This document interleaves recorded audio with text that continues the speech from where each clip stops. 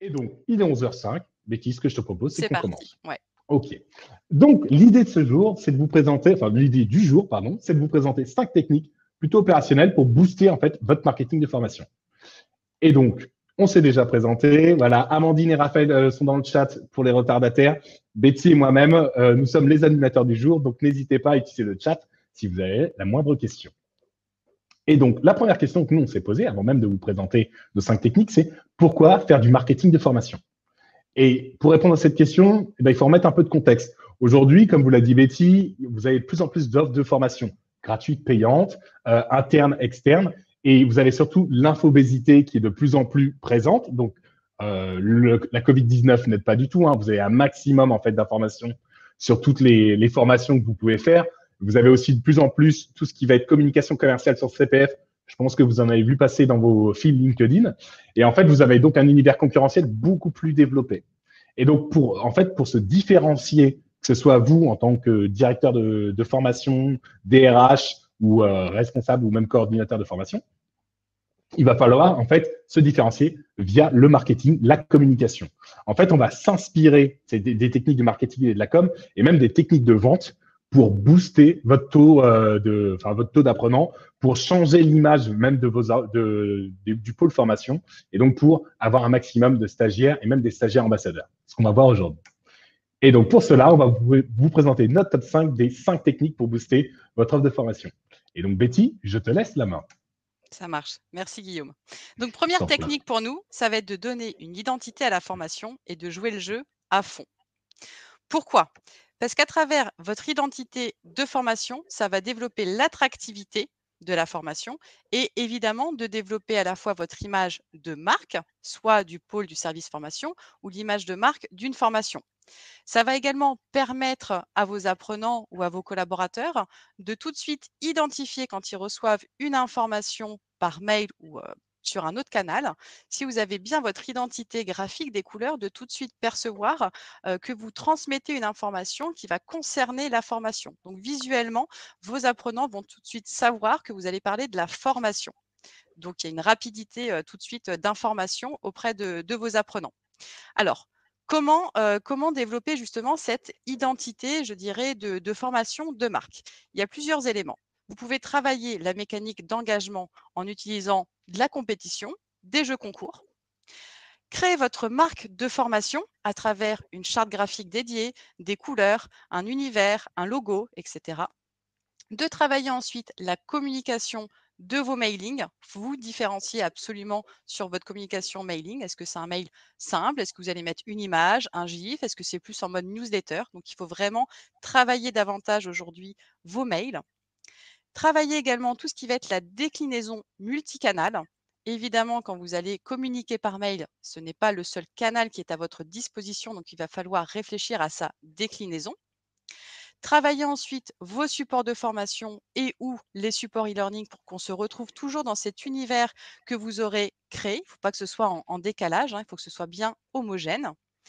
On va créer ensuite des certificats de fin de formation, des certificats de réussite, toujours en cohérence avec votre univers graphique.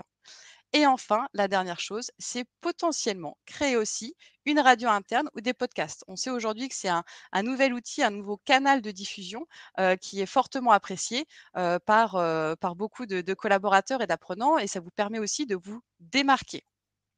Donc, sur quel type de formation est-ce qu'on peut appliquer le marketing de formation? On va vous dire que tout de suite, le marketing de formation s'adapte évidemment à toutes les formations, que ce soit des formations techniques, des formations réglementaires et au contraire, parce qu'on sait très bien qu'une formation réglementaire, c'est pas la formation la plus sexy. Donc, travailler un peu l'univers graphique, ce sera déjà plus séduisant et accessible pour vos apprenants. Donc, concrètement, comment est-ce que je vais créer mon plan de communication? Dans un premier temps, il faut bien se poser la question finalement, quelle est la cible de cette formation-là? Par rapport à cette cible, vous pouvez aussi réfléchir tout de suite aux bons canaux. Est-ce que ce sont des collaborateurs qui sont plutôt digital natives? Est-ce que ce sont des collaborateurs qui ont accès à un téléphone portable professionnel, etc. Donc, on se pose bien la question de la cible. Ensuite, on va réfléchir aux messages clés. Qu'est-ce que vous voulez transmettre à travers votre communication? Et en fonction des différents canaux que vous allez utiliser, vous pouvez transmettre un message qui peut être différent. L'objectif de votre message, en général, ça va être les inviter à s'inscrire ou à suivre votre formation. Ensuite, on va définir du coup les différents canaux, donc du workplace, réseau social d'entreprise, de l'affiche, parce qu'on aime aussi toujours les papiers. Vous pouvez mettre des affiches dans les locaux, même si on sait qu'en période de Covid, actuellement, c'est un peu plus compliqué. Utilisez aussi tout ce qui va être teaser vidéo, soit pour les mettre en diffusion à l'accueil, pourquoi pas aussi dans vos locaux, sur votre plateforme LMS si vous en disposez d'une. Travailler donc tout ce qui va être mailing, et je vous dirais travailler le mailing personnalisé à travers du publipostage aussi, c'est relativement simple et rapide et l'impact va être vraiment plus important auprès de vos collaborateurs. Travaillez aussi la communication donc sur votre LMS, des bandeaux de communication personnalisés à destination uniquement de votre cible. Et une fois que vous avez défini ces canaux, il va falloir définir sa fréquence. Sur du post workplace, par exemple, vous pouvez faire des posts de façon hebdomadaire. Sur du mailing, ça va être peut-être juste 2 fois par mois, parce qu'encore une fois, on sait qu'on reçoit beaucoup d'informations. Ensuite, vous allez définir qui va être responsable de tel canal et de son message clé à faire passer. Donc, vous n'êtes pas seul. Appuyez-vous aussi sur vos collègues au sein du service formation et ou le service communication, le service marketing, et définissez bien les dates d'envoi. Vous devez vraiment créer en fait un scénario. Tout ne doit absolument pas partir au même moment. Il faut qu'il y ait une fluidité dans vos campagnes de communication et de marketing. Voilà sur la partie communication. Yes, pardon. Petit exemple évidemment, hein, vous avez dit qu'on vous présenterait aussi des exemples, des cas concrets clients. Donc ici, c'est un client, donc Vinci, qui nous a demandé de créer une formation en e-learning et l'objectif, c'était d'atteindre 80 de taux d'accès à la formation et 90 de taux de complétion. Donc ici, on vous a mis des exemples de notre campagne de communication et marketing. Donc en premier lieu, il y avait évidemment cette campagne mailing. On voit à l'intérieur de cette campagne mailing, on avait tout de suite ajouté en fait une vidéo qui était notre vidéo teaser. On a ajouté ensuite un certificat de réussite en fin de formation pour valoriser aussi davantage les apprenants et susciter davantage cette envie de se former pour décrocher ce diplôme. Et la création d'une affiche à disposition du coup dans les locaux pour s'assurer qu'on va toucher un maximum de personnes qui soient en télétravail ou non. Super. Top, Betty. Merci. Et ce que je te propose tout de suite, c'est qu'on passe à la première question sondage avant même de regarder le point numéro 2. Ça marche.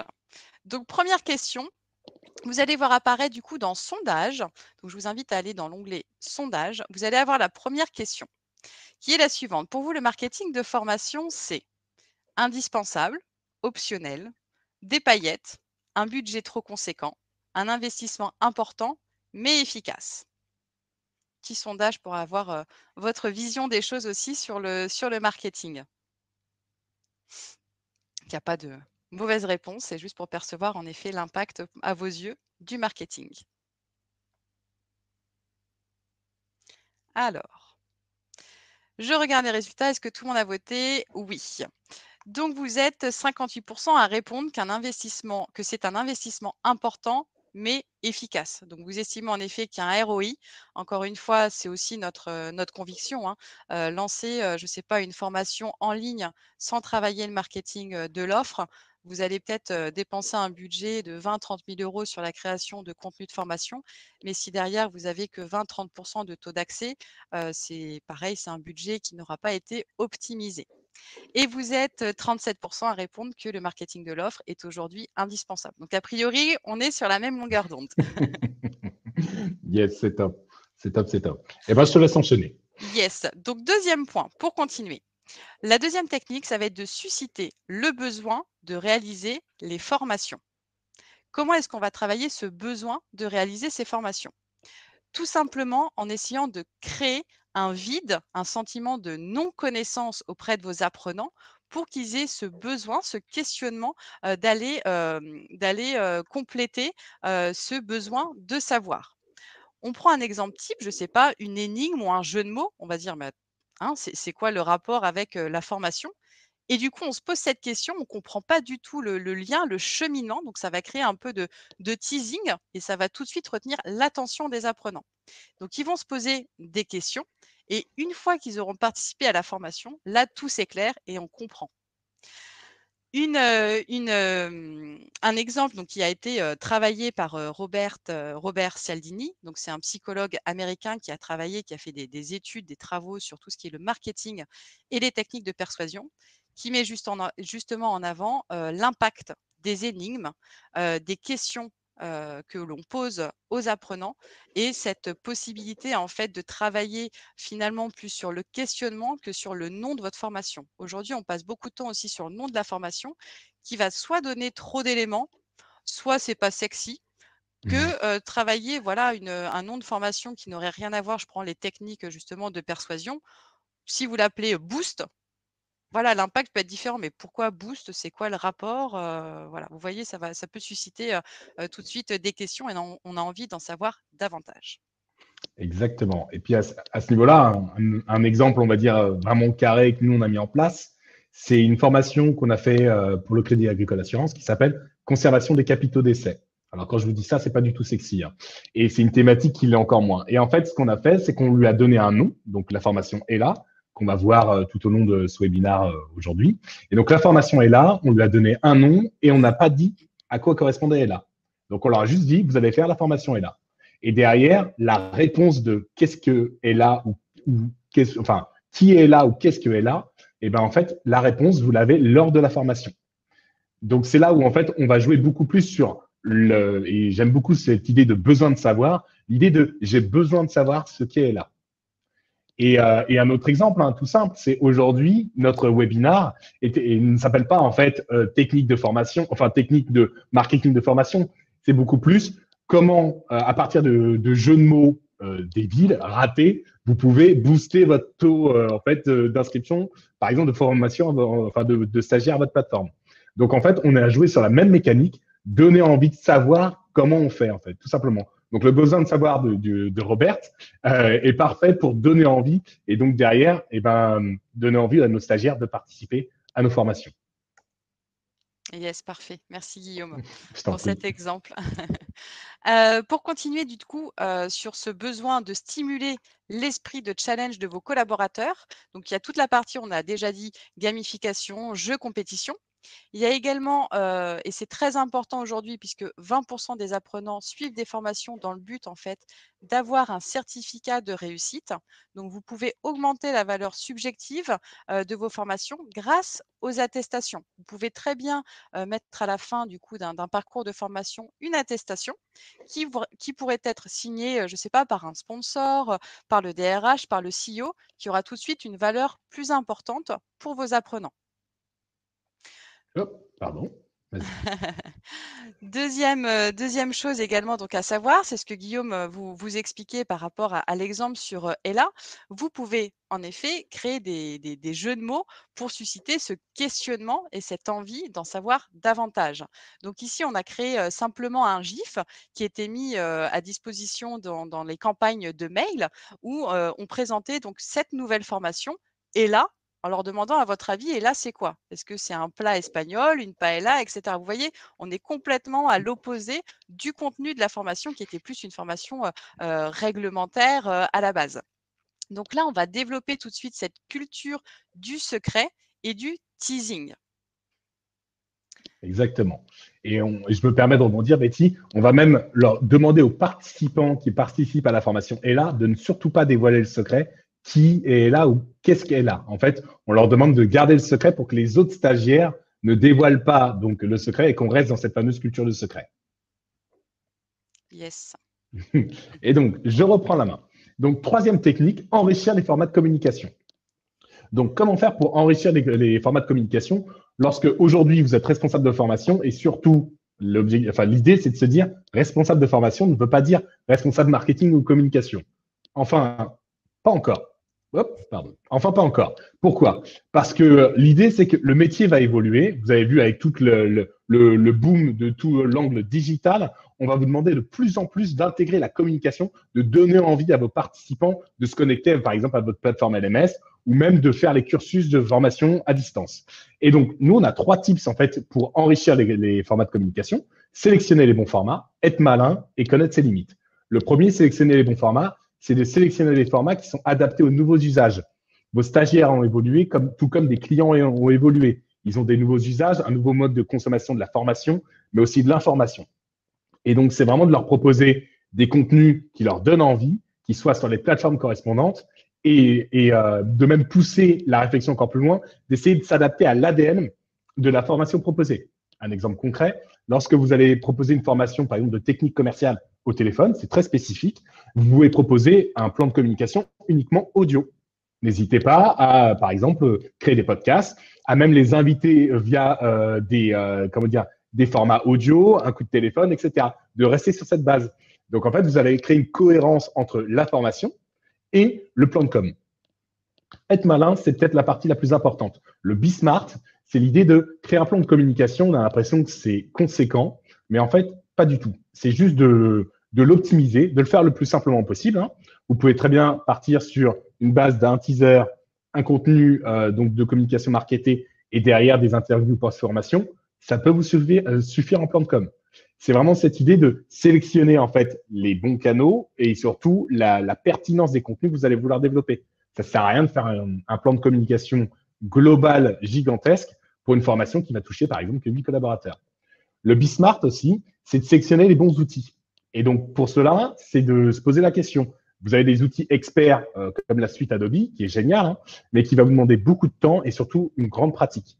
Si vous n'avez pas cette pratique, n'hésitez pas en fait à faire intervenir vos services communication qui vont pouvoir potentiellement vous épauler. Mais on le sait aujourd'hui, la communication comme le marketing, c'est des secteurs qui sont sursollicités en interne, qui n'ont pas beaucoup de temps et donc ça demande une certaine organisation en interne ou on va dire passer en mode smart. Et le mode smart, c'est utiliser des outils gratuits, peut-être moins performants, mais beaucoup plus user-friendly et qui vont vous permettre de créer du marketing, de la communication en fait sur vos formations beaucoup plus simplement. Geniali, Canva, Trello sont par exemple c'est des très bons exemples. Vous allez pouvoir faire des contenus marketés qui donnent envie. Vous allez pouvoir faire des affiches teaser. Après, quand vous allez vouloir pousser le format donc vidéo, vous allez pouvoir passer sur Powtoon, qui est un très bel outil.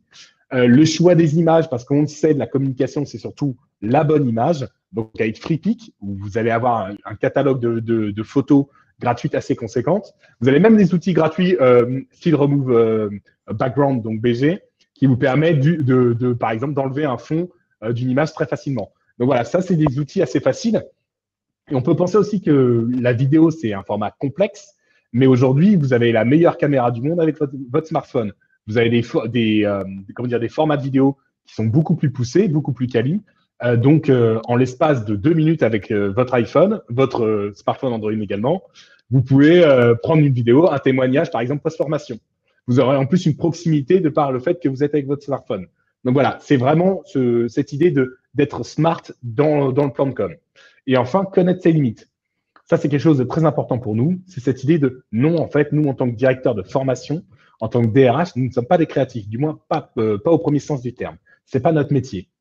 Donc, ce qu'on va faire, c'est créer des synergies en interne. Ça va être travailler avec la communication, travailler avec le marketing, regarder ce qui fonctionne, ou les limites du plan de com. C'est vraiment étudier tout cela et de se dire, OK, là, je vais avoir besoin d'être accompagné. Donc, ça peut être par un freelance, avec un bon chef d'orchestre, mais en fait, le chef d'orchestre, c'est vous. Une agence de communication RH, où là, on va être beaucoup plus sur un plan de communication global. Donc là, pour toucher un maximum, par exemple, de collaborateurs, et où vous pouvez même passer par des organismes de formation qui sont spécialisés par la création de marques de formation ou de communication. Ils vont donc pouvoir comprendre vos problématiques parce qu'il y aura l'angle donc pédagogique qu'ils maîtrisent et aussi l'angle communication. Et enfin, et surtout, intégrer, bien sûr, la problématique, le temps. C'est vraiment la problématique la principale donc au sein de vos directions, c'est intégrer la problématique du temps et donc de gérer les emplois du temps. De façon très opérationnelle, encore avec l'exemple d'Ella, de vous montrer comment nous, on a fonctionné. En fait, et là, ça vient surtout d'une très bonne idée, d'une idée de comment on va faire pour, en fait, changer le prisme de la perception de la formation conservation des capitaux d'essai grâce à la marque. Et en fait, donc, on a développé l'idée, on l'a pitché en interne et on s'est dit, OK, qu'est-ce qu'on peut faire, nous, en interne et où est-ce qu'on va avoir besoin d'accompagnement, en fait, pour développer la marque. Et en fait, on s'est fait accompagner sur un freelance sur la partie opérationnelle. Mais tout ce qui a été logo, univers donc de formation et de communication et plan de com global, donc la stratégie, on l'a fait en interne. Et derrière, toute la phase opérationnelle, on l'a fait développer donc opérationnellement par un freelance. Donc tout ce qui a été radio interne, Kakemono, flyer, vidéo collaborative, déclinaison multicanal. En fait, toute cette application opérationnelle, c'est ce qu'on a mis en place avec un freelance. Mais on a vraiment travaillé de façon smart en se disant qu'est-ce que nous on peut développer et les formats sur lesquels on peut être accompagné. Avant de passer à la quatrième partie, ce que je vous propose, c'est de répondre à un sondage, donc sous forme de 2 questions. La première, est-ce que vous avez déjà fait utilisé un plan de communication pour vos formations? Donc, vous allez pouvoir répondre en direct. Et c'est surtout la question qui va suivre, c'est quels sont les moyens que vous avez mis en place par rapport à ce plan de communication? Et donc, je vous laisse répondre. Alors, la première question, je viens de l'annoncer. Avez-vous déjà marketé une formation? Oui, non. Donc, 62% de oui. Alors, c'est en train de bouger un petit peu. Okay. Ils sont en train de répondre. Attendons un petit peu. OK. Pas trop vite. Alors, c'est dans le sondage. Je vois qu'on a 22 personnes, 22 votes. Donc, en effet, est-ce que vous avez déjà marketé une formation? Donc, la tendance, là, on est à 55% de non. D'accord. Et quand même 45% de oui. Donc, bon, c'est un peu c'est mitigé. Ouais, c'est 50-50 presque. C'est ça. Je vais vous poser du coup la deuxième question qui va être du coup pour ceux qui ont déjà développé un plan de communication marketing, quels sont les moyens du coup que vous avez mis en place? Donc, on vous propose ici tout de suite différents moyens et on vous a ajouté une case également autre. Et on vous demandera, si vous cochez autre, de mettre dans le chat du coup ce que vous avez fait à part les différents moyens qu'on a pu vous proposer. Donc, il y a la newsletter, tout ce qui est mailing, les affiches dans les locaux, le teaser vidéo, la radio interne podcast, le GIF animé. Encore une fois, le GIF, c'est quelque chose de très simple à faire et qui change un peu des styles de communication. Webinar conférence avant le lancement pour présenter la nouvelle formation. Utilisation d'une marque de formation de type ELA et autres. Donc, il y a plusieurs bonnes réponses, pardon. Vous pouvez cocher plusieurs réponses. Peut-être que vous avez fait plusieurs choses dans votre plan de communication.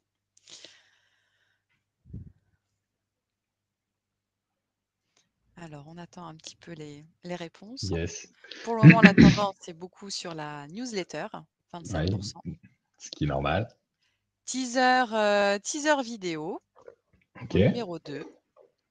On a ensuite webinar conférence. C'est vrai que ça marche aussi de plus en plus, surtout quand on fait des parcours de formation dans le temps au format blended. Ça peut nécessiter de faire un webinar aussi pour expliquer finalement le parcours, comment est-ce qu'il va se dérouler. Yes, totalement. On a ensuite du GIF, la marque. Ah, OK. Et on a autre. On a 4 personnes qui ont mis autre. Alors, on va regarder dans le chat si vous nous avez déjà mis ce que vous avez pu faire en dehors de ça. N'hésitez pas. Pour le moment, je ne vois pas dans les messages. OK. Donc, la tendance, c'est bien la newsletter, teaser vidéo, webinar, conférence. Yes. Tout à fait. C'est vrai que la newsletter, bon, je pense qu'elle est inévitable, hein, newsletter mailing. Après, encore une fois, c'est bien travailler votre newsletter pour pas que ce soit un mail type, mais que ça claque, qu'on ait envie de lire tout votre mail, que ce soit choquant, qu'on ait cet effet un peu waouh.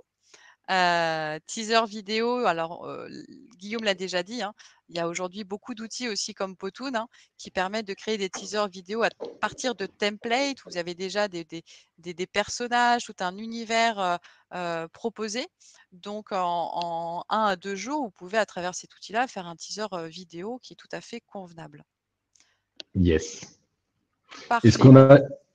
non, mais alors, merci à toi, Betty. Et j'avais demandé, est-ce qu'on a donc peut-être des réponses encore dans le chat, le autre ou… Ouais, je vois. Alors, Isabelle, merci. Communication, réseaux sociaux.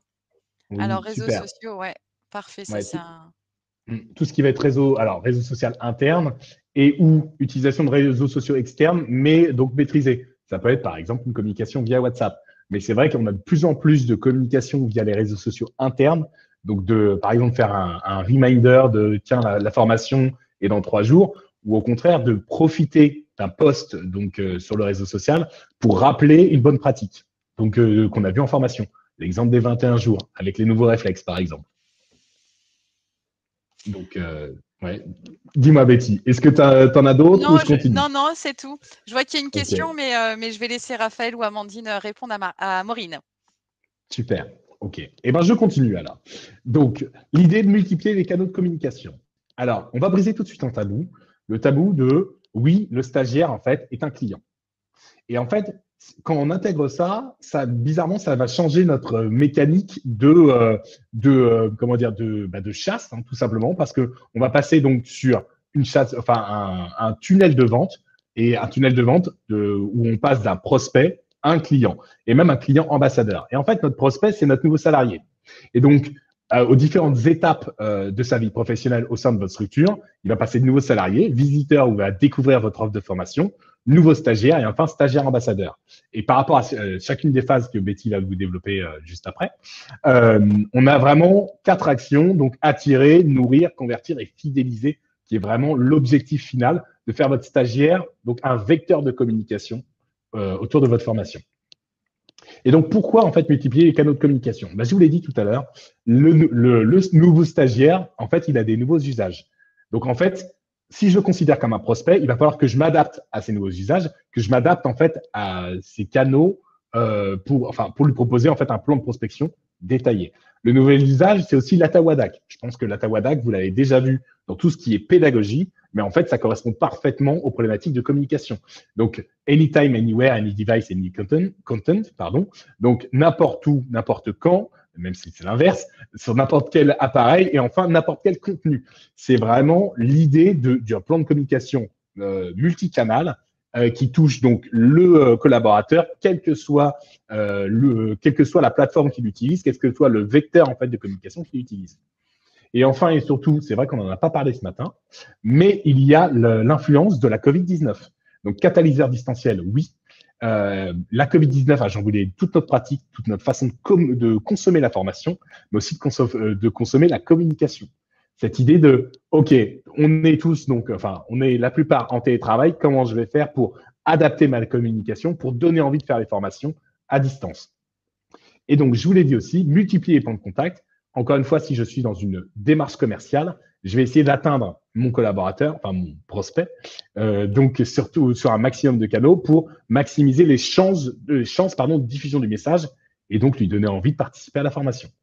Et donc pour cela, je vais créer des scénarios de prospection comme de façon commerciale très classique. Hein. Par exemple, on va utiliser l'Emlist en façon externe. Là, on ne va pas utiliser la plateforme, mais en fin de compte, on va utiliser la même démarche.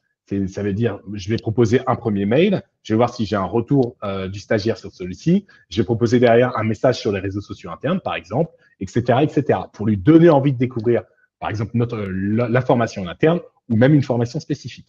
Et enfin, quels que soient les canaux, donc mailing, messagerie instantanée, flyer, etc., etc. En parlant de canaux, nous, ce qu'on a voulu faire, c'est un focus sur 2 canaux. Alors, le digital, c'est assez particulier parce qu'en fait, ça rassemble bien sûr beaucoup de canaux différents.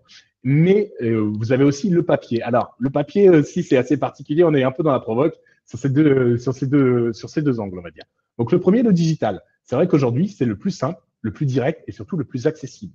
Je ne vais pas vous lister tous les canaux qu'on peut mettre dans le format digital, mais vous avez l'idée de la plateforme LMS, la newsletter interne, on en a parlé, c'est bizarrement le canal que vous utilisez le plus aujourd'hui, l'intranet, les réseaux sociaux internes, le webinaire de lancement, etc. Alors, on a parlé d'info-obésité tout à l'heure, on a parlé donc d'accessibilité grâce au digital, mais aujourd'hui, vous avez tellement d'informations, vous avez tellement d'offres de formation digitalisées qu'en fin de compte, vous allez vous noyer dans la masse. Et ça va être tout le souci du digital aujourd'hui. Donc, est-ce qu'il est le plus marquant? Il faut se poser la question. Par contre, le papier, on peut dire le format old school, le plus ancien, mais aussi le plus universel, vous allez avoir les affiches. Les affiches, c'était le format traditionnel pour une formation. Vous allez dire, voilà, formation sur, par exemple, les bons comportements en relation client. Vous allez le mettre à côté de la salle, de la machine à café, etc. Le journal interne. C'est un format qui est physique, palpable. Aujourd'hui, c'est vrai, il n'a plus lieu d'être ou largement moins. Mais par contre, on peut en faire un canal beaucoup plus marquant. Pourquoi? Imaginez-vous recevoir donc un courrier personnel ou une invitation écrite à la main à une formation.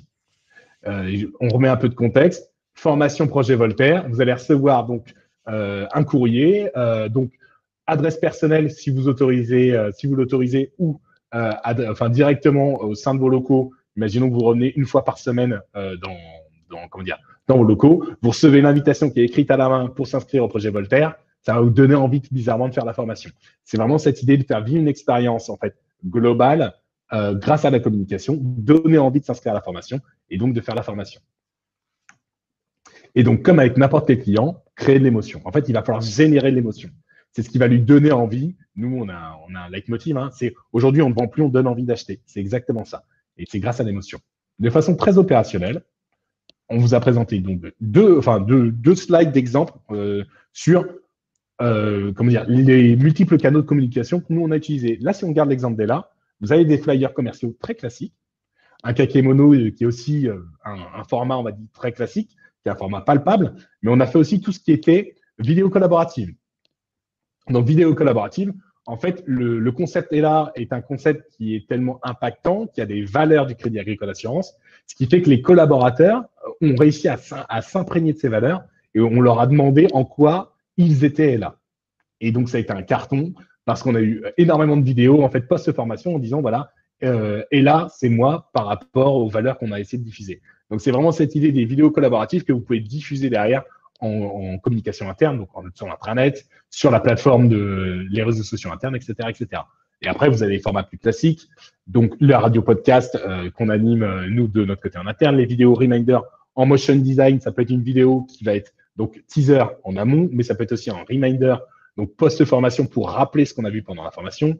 La vidéo teaser, donc là, on le voit Amandine qui est donc sur une formation de téléphone. Les affiches teaser ou même les posters que vous allez mettre en salle de formation pour donner une identité à la formation, les les photos d'engagement et enfin le GIF qu'on a vu tout à l'heure. Je reprends mon souffle et je te donne la main, Betty. Ça marche. Du coup, dernière partie, dernière technique, ça va être le marketing de la formation distribuée. Ici, l'objectif, ça va être de faire de vos stagiaires finalement vos ambassadeurs et de s'appuyer sur eux pour faire la communication, le teasing, puisqu'on sait qu'aujourd'hui, il n'y a rien de mieux aussi que le bouche à oreille, que la recommandation et l'impact qu'ils vont créer en parlant de la formation. Donc, comment est-ce qu'on peut créer, en tout cas avoir des stagiaires qui deviennent finalement des stagiaires ambassadeurs? Ça va commencer au tout début. Vous allez avoir un nouveau salarié et donc la learning journey va être la suivante. Quand le nouveau salarié va arriver, il faut mettre en place absolument le parcours onboarding. Ça, on est d'accord, évidemment, ça doit exister. Vous allez présenter du coup la formation, l'offre de formation, et c'est tout de suite à travers ce parcours onboarding où vous devez mettre le paquet pour avoir cet univers graphique, cette image de marque, créer une expérience de l'émotion au travers ce parcours onboarding pour que votre collaborateur ait envie de revenir chez vous et de continuer à se former, qu'il ait vraiment un retour, un avis très positif sur la qualité de vos formations. Ensuite, il va passer visiteur. Visiteur, c'est-à-dire que finalement, il va aller chercher de l'information. Quelles sont les formations qui me sont destinées? Quel est mon parcours métier? Donc, il va consulter les fiches formation. Donc, il ne faudra pas hésiter à bien travailler aussi finalement la présentation de vos formations en utilisant, en mettant en avant, pourquoi pas du coup, le taux de satisfaction des formations, d'utiliser des verbatims aussi que vous récupérez des évaluations pour mettre en avant la qualité, les échanges, l'émotion et surtout mettre en place, mettre en avant tout ce qui va être les techniques pédagogiques qui pourraient être dynamiques, innovantes. Je prends l'exemple d'un escape game, de team building qui peut être réalisé en plein air, les yeux bandés, enfin peu importe, mais mettez en avant en tout cas le côté innovant pour donner envie à votre collaborateur d'aller s'inscrire. Une fois qu'il s'inscrit à une formation, il va passer donc stagiaire. Vous allez le convertir en stagiaire. Et ici, ce qui va être important, ça va être aussi de travailler toute votre communication, de continuer le marketing de l'offre, que ce soit bien homogène, sur les emails que vous allez lui envoyer, sur sa confirmation d'inscription, sur son reminder. Pourquoi pas lancer une communication aussi sur les réseaux sociaux en présentant la nouvelle promotion pour telle formation, ceux qui vont participer. Ça les met aussi, eux, en avant. De ne pas hésiter à envoyer aussi des messages de remerciement. Ça, on le fait souvent très peu. On pense bien à envoyer les évaluations et à les relancer, mais les remercier aussi pour leur dynamisme, leur participation. Une fois qu'ils ont passé cette formation-là, vous allez devoir ensuite les fidéliser. Et c'est ici que vous allez pouvoir transformer vos stagiaires en ambassadeurs en leur demandant de, pourquoi pas, réaliser une vidéo, encore une fois, très courte, hein, vous n'avez pas besoin d'un matériel d'enregistrement. Vous enregistrez quelques stagiaires pour leur demander pourquoi est-ce qu'ils ont participé à cette formation-là, qu'est-ce qui était intéressant, qu'est-ce qu'ils en ont appris et pourquoi ce serait important que ses collègues la suivent également. Et tout de suite, là, vous allez l'engager. Il va sentir en effet qu'il a un poids et qu'il est reconnu au sein de cette formation-là. Et il va pouvoir en parler à ses collègues. Donc là, il va devenir tout de suite un stagiaire qu'on dit donc ambassadeur. Donc voilà vraiment tout ce parcours sur la Learning Journey. L'objectif à travers tout ça, vous l'avez compris, donc c'est de développer l'employé advocacy. 93% des salariés qui reçoivent des formations dans leur entreprise estiment que cela a un impact sur leur engagement. Donc finalement, la formation, le service formation au sein de la marque employeur, ça a vraiment un très très fort impact pour développer donc à la fois la fidélisation des collaborateurs et donc cette marque employeur, cet esprit d'appartenance. L'objectif, ça va être ensuite de passer d'un marketing de la formation qui est uniquement vertical, donc du pôle formation vers les collaborateurs, mais de passer à cette formation qui va être distribuée. Et donc distribuée par qui? Par vos stagiaires ambassadeurs. Appuyez-vous aussi sur eux. Ils ont un vrai rôle à jouer avec vous.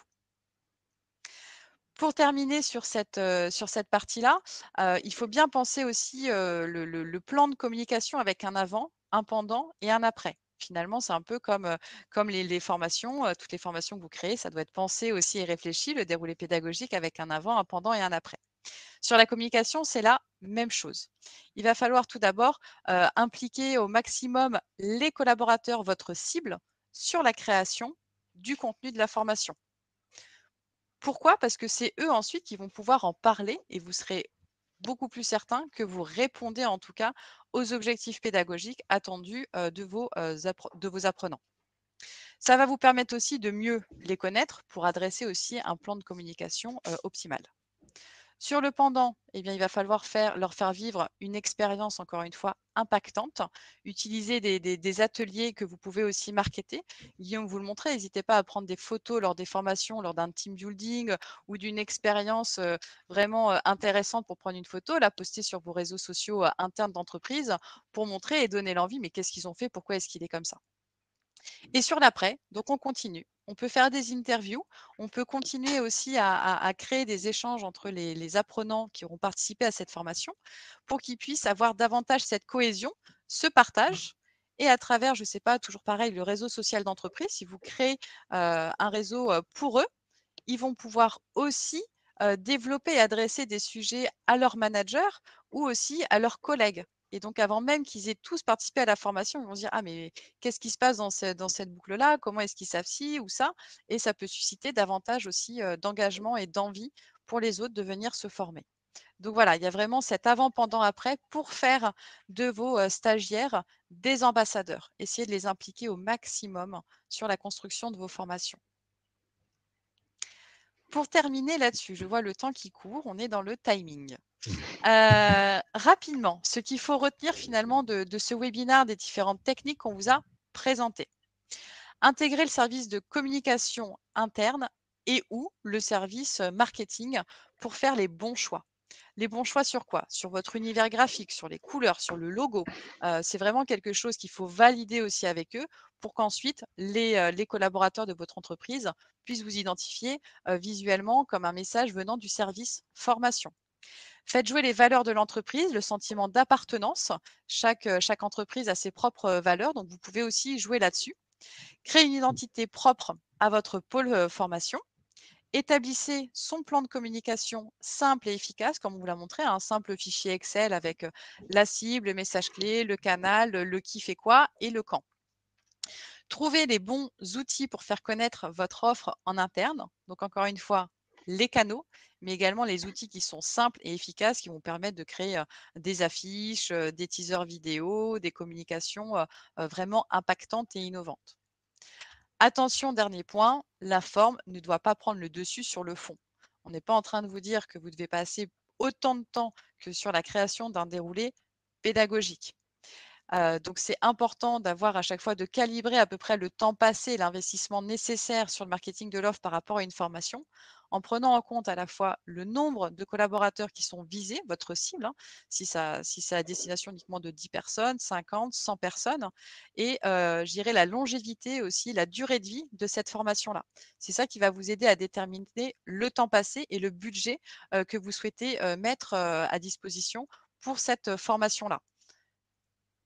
Je crois que Yes. j'ai fait le tour de ce qu'il Betty, fallait retenir. Il est 11h45.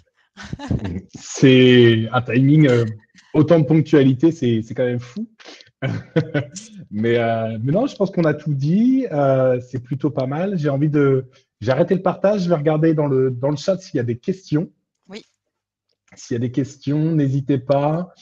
Hop, je vois Raphaël et Amandine qui, je pense, ont récupéré plusieurs questions.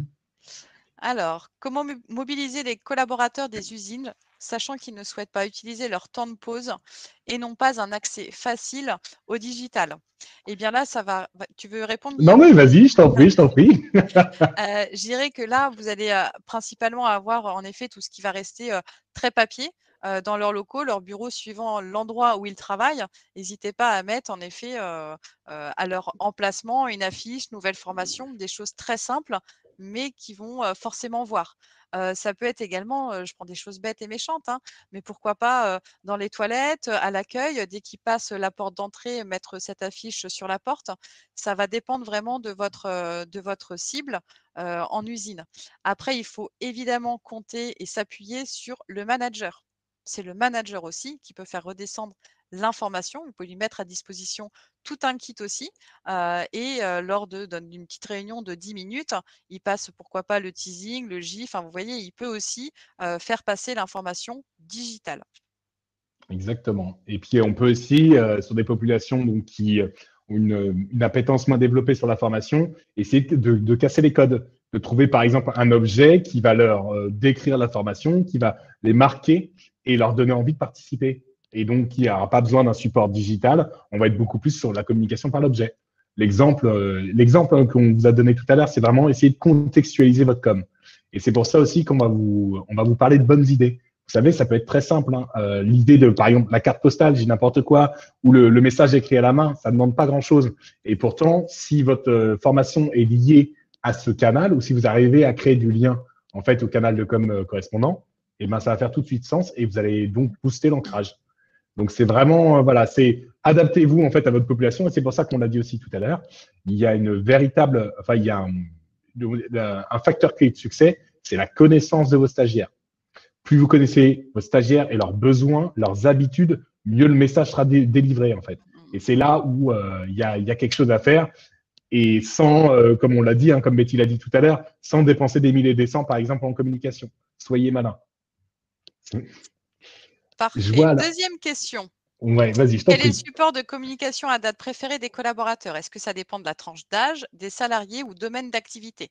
Là-dessus, en effet, ça peut dépendre de la tranche d'âge et de l'activité. Dans tous les cas, et c'est pour ça, il faut que vous multipliez les canaux de communication.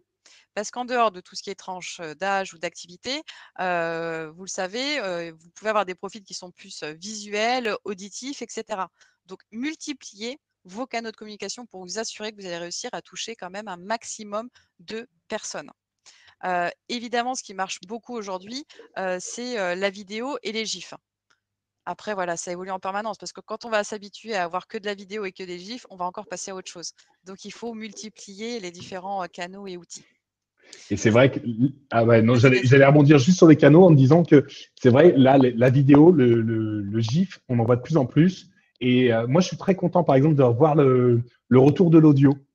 C'est un format auquel je crois beaucoup. J'aime beaucoup la radio, le côté podcast, les applications qui sont 100% dédiées. Voilà, il y a ce retour à l'audio et c'est pareil, le retour au papier. En fait, c'est ces canaux historiques qui étaient délaissés. En fait, on revient, comme tout dans la vie, hein, on revient, en fait, on fait du vintage le new normal et ça nous paraît normal et ça devient la nouvelle norme. Donc, j'aime beaucoup, moi, le retour de l'audio là-dessus.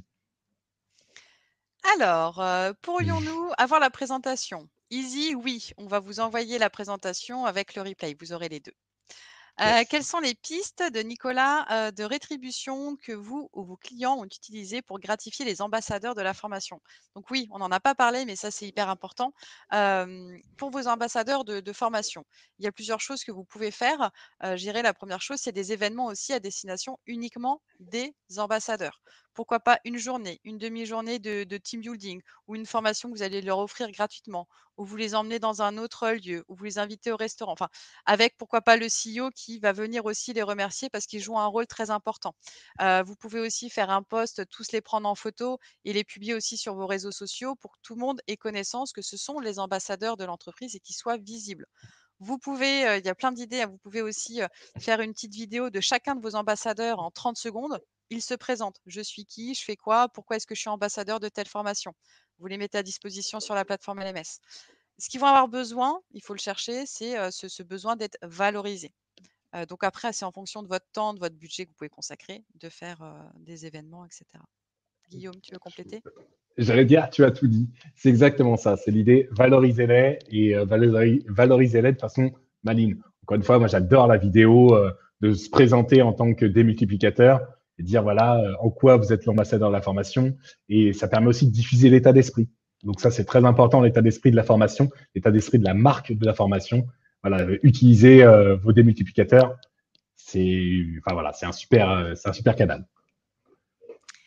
Alors, Alors, Alexandra, un WhatsApp sur téléphone pro ne peut pas être intégré. Si, oui, oui, on a déjà répondu. Oui, tout à fait, sur téléphone pro, il n'y a aucun souci, il n'y a pas de question. Donc, vous pouvez le faire.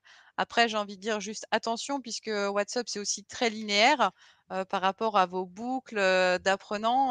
Ça peut prendre du temps un peu complexe, mais oui, tout à fait, vous pouvez très bien le faire. Ça change aussi un peu des habitudes, donc pourquoi pas? Ça va dépendre aussi, je dirais, de la culture d'entreprise et de la cible de vos apprenants.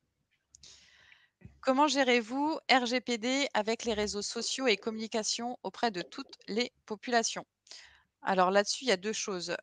Tout ce qui va être sur les communications, tout ce qui va être mailing, teaser et cetera, il n'y a pas besoin de RGPD puisqu'on ne cite, potentiellement, personne, hein, de personnes précises.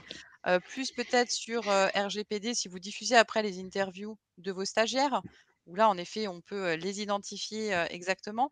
Il y a toujours en effet ce droit déjà à l'image, qui doit être signé, mais vous ajoutez au droit à l'image une clause RGPD sur pourquoi cette vidéo, à quelle fin, quel est son objectif et la durée de l'utilisation de cette vidéo. Une fois que ça c'est fait, il y a pas il y a vous pouvez, l'utiliser comme vous le souhaitez. Vous précisez bien en effet si c'est l'utilisation interne ou externe, mais il vous faut en effet l'approbation de votre collaborateur. Il faut évidemment que vous soyez en capacité à tout moment de supprimer la vidéo s'il vous la demande. Mais comme d'habitude, c'est la clause type RGPD. yes, j'allais dire, et de toute façon, on est beaucoup plus sur une communication interne. Voilà. Faut bien en fait, l'idée, hein, c'est oui, la formation peut être un outil de marque employeur, mais pour l'instant, la population et la cible de votre communication, elle est interne. Un jour, peut-être, on arrivera à diffuser. Il y a certains très gros annonceurs qui arrivent à diffuser, en fait, en quoi leur formation est différenciante et essayer de donner envie aux nouveaux collaborateurs d'intégrer leur structure parce que la formation est différenciante. Mais c'est quand même quelque chose, alors je vais pas dire rare parce que ça commence à se développer de plus en plus, mais c'est quand même quelque chose de spécifique. Aujourd'hui, on est quand même sur une communication majoritairement interne et c'est la norme aujourd'hui. J'espère que ça va évoluer. Je n'en doute pas, ça va tendre à évoluer vers potentiellement une communication externe avec donc une RGPD différente et il faudra s'adapter en fonction. Dernière question. Qu'est-ce qui fait que le marketing de formation est spécifique par rapport au marketing en général? J'ai envie de dire pas grand-chose. En fin de compte, l'idée, c'est de vous aider à vendre.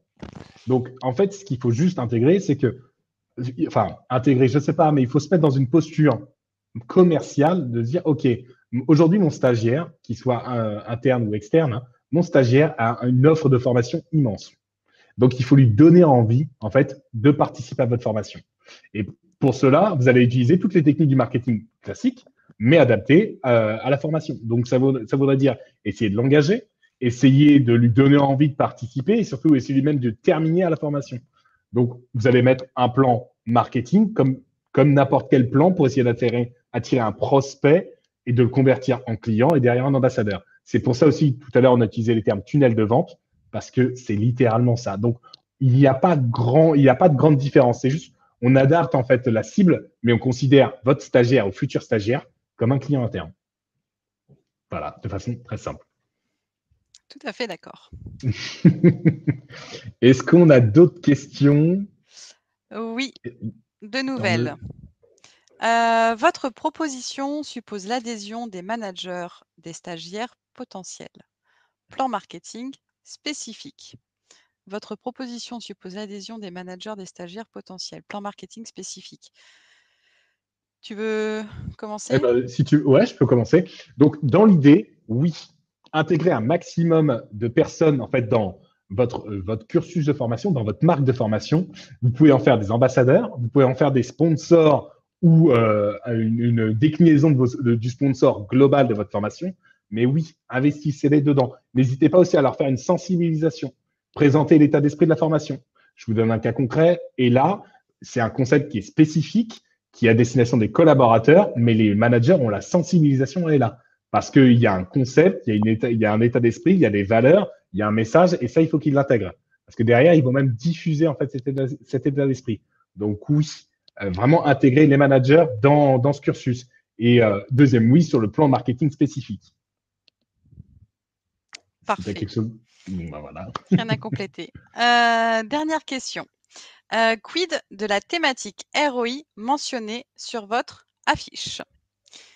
Non, pas eu le temps. Alors, Donc, ouais, vas-y. non, mais vas-y, je t'en prie. En fait, la thématique ROI, c'est une vraie question dans la formation. Vous allez avoir donc votre retour sur investissement et comment dire. Et là-dessus, on peut vous donner des réponses claires. Aujourd'hui, ce n'est pas, enfin, on va pas vous dire c'est une formule magique qui va vous booster de A à Z le taux de complétion, le taux d'inscription, etc. Ça demande du temps, de l'investissement et derrière les résultats peuvent tomber assez rapidement, mais c'est toujours un travail de fond. Un exemple concret, et là, c'est une formation où vous avez un concept de formation, un univers graphique et une déclinaison multicanale. OK?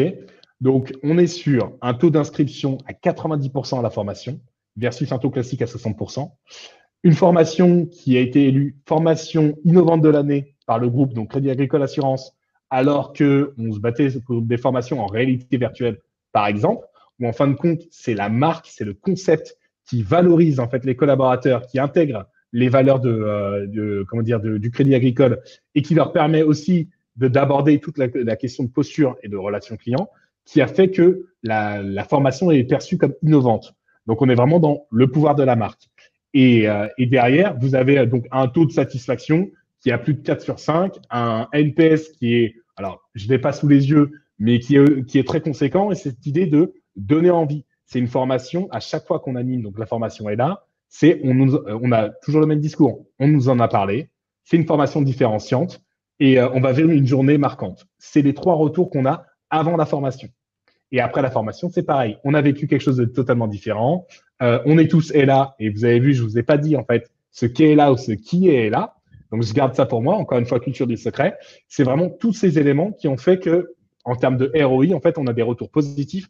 On a des évaluations qui sont puissantes, fortes, impactantes, qui montrent que la formation est différenciante. Et c'est ce qu'on recherche. Voilà. Si j'ai répondu à votre question, n'hésitez pas à le mettre dans le chat.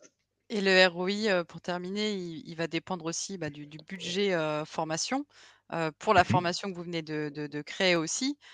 Donc tout est finalement très corrélé, pardon. Ce qui est certain dans tous les cas, c'est qu'avec un marketing de formation, vous devez multiplier au moins par 2 votre taux d'accès et votre taux de complétion si on est sur du 100% distanciel. Donc encore une fois, quid du budget que vous voulez mettre en place sur le marketing de la formation par rapport au coût de votre formation que vous allez diffuser. Donc tout ça, c'est à prendre en compte. En tout cas, la certitude, c'est que vous allez multiplier par 2 vos taux d'accès et vos taux de complétion avec le marketing. Yes. Et puis, si on continue de parler d'argent, parce que c'est vrai que la question n'a pas été posée, mais on peut en parler. Aujourd'hui, ça ne vous demande pas un investissement conséquent. Vous pouvez, par exemple, juste travailler sur le nom de la formation et un logo et rester sur des supports spécifiques. Ou au contraire, travailler uniquement sur de la vidéo ou un teaser avec les outils qu'on vous a présentés tout à l'heure. C'est vraiment, vous pouvez sélectionner en fait 2-3 touches qui vont faire que votre plan de communication va fonctionner, mais il va rester simple et accessible. Et en fait, ça, c'est vraiment quelque chose qu'on va essayer de pousser au maximum auprès de nos clients, c'est de leur dire, voilà, on n'a pas besoin de dépenser énormément d'argent pour avoir une formation marquante. Voilà. Parfait. Mais merci Betty, merci beaucoup. N'hésitez pas si vous avez d'autres questions. On est encore disponible. Il est midi, donc je vois qu'on a encore 27 participants, donc c'est avec plaisir. Mais sinon, comme l'a dit Betty, on va vous envoyer le support. Vous allez avoir accès au replay. Et puis, si vous avez d'autres questions, on est disponible par mail, sur les réseaux sociaux, donc professionnels, LinkedIn majoritairement. Et puis voilà. Passez une belle journée à tous.